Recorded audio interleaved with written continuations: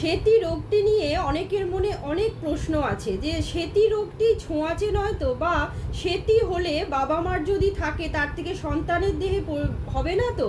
এই প্রশ্নগুলো ক্লিয়ার করার জন্যই আমি এই ভিডিওটি করছি। সেতি রোগ হলো আমাদের যেটা ডাক্তারি পরিভাষায় বলা হয় ভিটিরিগো, মানে আমাদের বিভিন্ন রকম ত্বকের চামড়ায় সাদা বা ফ্যাকাশে হতে পারে, সেটা মুখমণ্ডলে হতে পারে, চোখের নিচে হতে পারে, হাতে হতে পারে, গায়ের বিভিন্ন জায়গায় হতে পারে। এই সেতি রোগটি কেন হয়?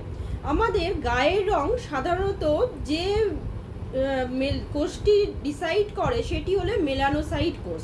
এই মেলানোসাইট কোষ থেকেই আমাদের মেলানিন উৎপাদিত হয়।